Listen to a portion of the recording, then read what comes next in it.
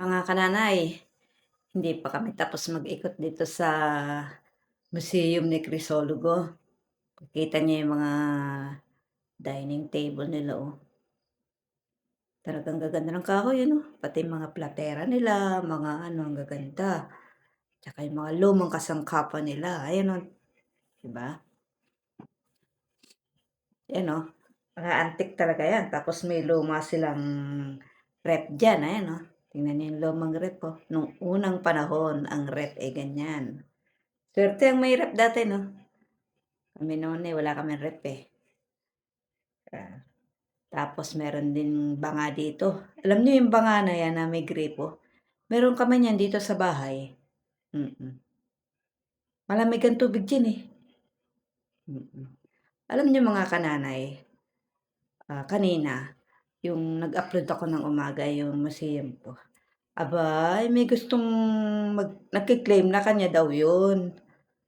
Nagtataka nga ako bakit ako copyright, eh, samantalang voice over naman yung ginawa ko, wala namang music. Yun pala may nagke-claim na kanya raw yung video na yun. Paano nangyari yun, eh, ako'y nandyan, hindi naman siya. Tsaka ako yung nagpunta sa Ilocos, hindi naman siya. O papaano yun? 'Di hindi ko pinansin, buti na lang hindi ko binura. Tapos nung tanghali tiningnan ko, bakit gano'n? Ay nung makita ko siya, yung pangalan nakikita pala kung sino yung nagke-claim.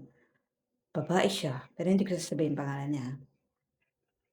Tayo dapat 'wag tayong magnanakaw ng video ng iba. Kasi malalaan din 'yan, eh. Tsaka gumawa kayo ng kahit ano, basta may ma-upload kayo. Eh, ako nga 'pag umaalis ng bahay kung saan-saan kami nagpupunta, eh, gumagawa ako ng maraming video para marami akong naka-stock na video. Kasi kailangan natin 'yan, eh, dito kay Meta, 'di ba? Eh, bakit natin kailangang magnakaw? Hindi maganda 'yun, pinaghihirapan natin 'yan. Gusto niyong pumasok sa ganiyan, eh, tapos, eh, mangunguha kayo ng video ng iba. Ay, huwag gano'n, hindi magandang ugali 'yun.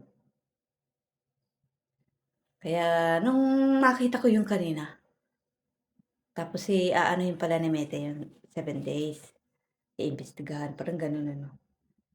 Eh, di inano ko uli sabi nung anak ko, i-dispute daw. Ayun nawala na yung pag-copyright, mm. May kalesa dito, oh, tignan niyo. At may mga souvenir dito, baka gusto niyong bumili diyan 'pag nagawi kayo diyan mga kananay, huwag niyong kalimutang dumaan dito para makita niyo ang kanilang museum ni Crisologo. Ayun, oh, marami ding mga souvenir dito.